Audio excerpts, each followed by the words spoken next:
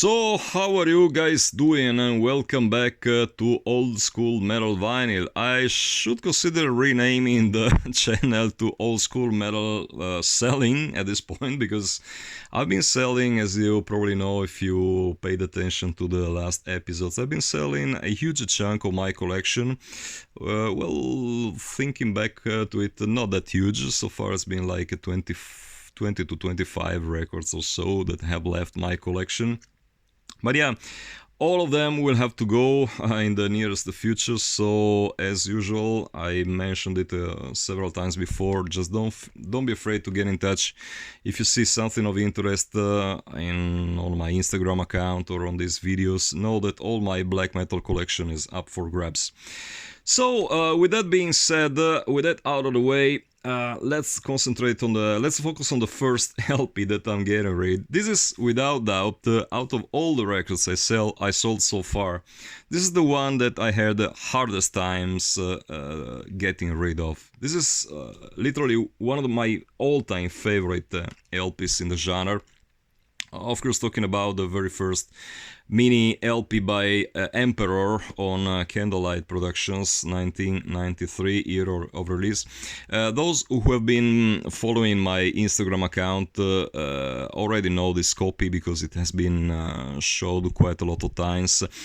And it's signed by both Samot and Mortis on the back cover with personal dedication. And I gotta be perfectly honest with you guys, this is heartbreaking to let go. This is an LP which I spun hundreds of times throughout the years. And it's one of my top 5 Norwegian black metal releases, definitely my top 5 fave releases of the subgenre. Once again, what to say, really, I got an incredibly good offer for it, and so, I mean, it is what it is. I still have the CD version, the split that came out with the with Enslaved's Hordanes Land mini LP, but I would be lying to you if I told you this is exactly the same thing. Absolutely not. Spinning this LP is a completely different experience than having the CD repress.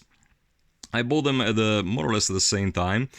I remember I had actually 2 copies, so the first mini LP, like one, I think I paid like 7,000 liras back then, which as usual the price adjusted for inflation would be like 10 euros at best, and I remember selling that one for like, I don't know, 10 times as much in a couple of years later.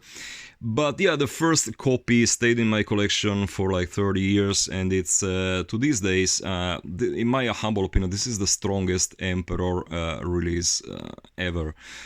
This is really, the way Emperor should have always sounded like, in my opinion. I really didn't like it when the band somehow decided to drown their metal influences in a shitload of keyboard nonsense. I mean, I do understand why people like albums like Anthems and Nonos Equilibrium. They were probably their gateways to the genre. But this whole symphonical thing, I don't really think it did any good to the band. I lost most of my interest in the band after In the Nightside Eclipse. And mind you, I'm a pretty open-minded listener. It's just that the direction the band took just never clicked with me. And yeah, it is what it is. Bottom line, this LP still is one of my favorite releases from the genre. It really sucks to let it go. It's absolutely heartbreaking, but I mean, that's what life is all about. Conditions, very, very good. Cover itself would say X to Excellent Plus. The vinyl, despite having been played so many times, it's in sheer perfect conditions. This is, I would say, a mint copy still, even if it was played quite a lot of times, but it was, my system is pretty good, so and I also take good care of my records. So in hindsight, I think that this was, a good investment because I got a crazy amount of money for it.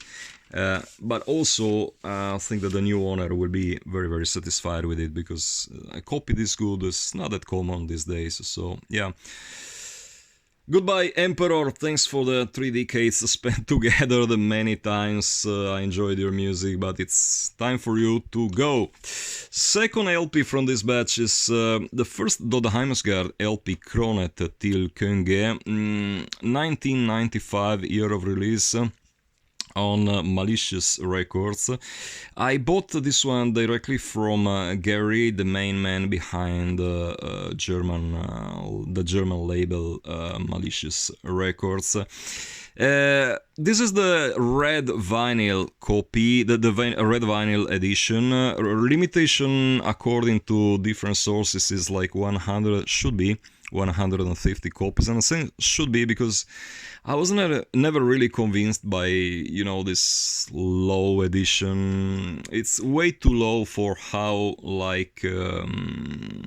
rare this album is. It is rare, but not as rare as you would probably imagine if it was actually limited to 150 copies.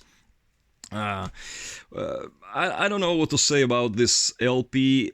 In my humble opinion, this is already second tier Norwegian black metal. If you compare it to the LP, in terms, I'm talking about terms of sheer musical quality. If you compare it to the Emperor mini LP, there is no way this can stand the comparison. It's a good band, don't get me wrong. I'm not saying it's a bad LP by any stretch of the imagination. But in all honesty, I would probably say 3 to 4 really great songs, and everything else is pretty much average. Signed by Aldrahan, the guy who played who's still I think in charge of the guitars for the band. So what to say? Whereas the previous LP, I would have not considered selling it unless a great offer came into the picture, which actually happened. This one, I can let it go with a not that heavy heart at all. Good album, but definitely not in my top 10 list of the albums I would ever bring with me to a desert island in case I'm confined to one. Last LP from this batch, Tormento, Hungarian Tormentor, Anno Domini. This is actually the second demo tape by the band, released on vinyl. 1995 again as year of release. It was a co-production between Norwegian label Nocturnal Art Productions, founded by some of Emperor fame, and Metallians had not found. An overall great edition, includes a poster which I already got out of the LP. This is it.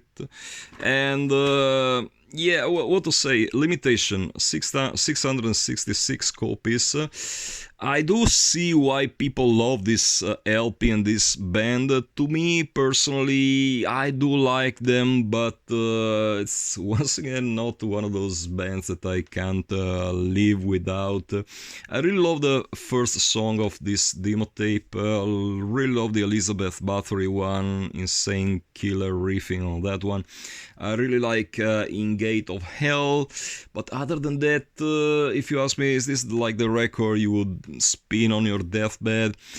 Probably not so much. No, not really. So, getting rid of it once again. Insanely great offer. Sorry if I'm sounding repetitive, but I really, miss the words to define these offers other than, insanely great, because that's what they are. When people are ready to spend hundreds and hundreds, sometimes even thousands of euros on certain given records, then that is a crazy offer in my opinion. I acquired this record upon release for a regular price. I don't remember what it was. Back then we still had a lira currency, but I think that adjusted for inflation it would be 20 euros these days. So in hindsight, one more excellent deal, and one record that I could probably live without. I mean, it was released a couple of years ago on Attila's own label. I have both the re-releases available, the Die Hard editions ones, if anyone is interested.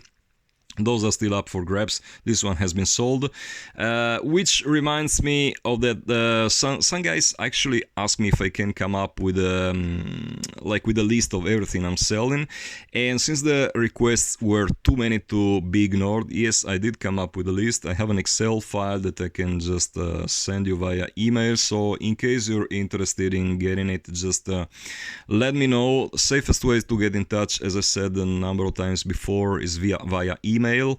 oldschoolmetalvinyl@yahoo.com. Write me there. I will gladly send you my list. Prices are negotiable within certain limits, so if you're interested in something, just feel free to come up with an offer and we'll take it from there.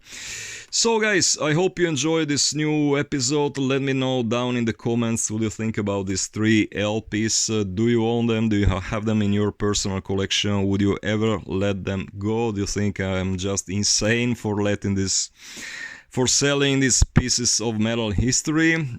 Just let me know what you honestly think about it. Any comment is always very much appreciated. And as usual, till the next time, keep it loud and heavy.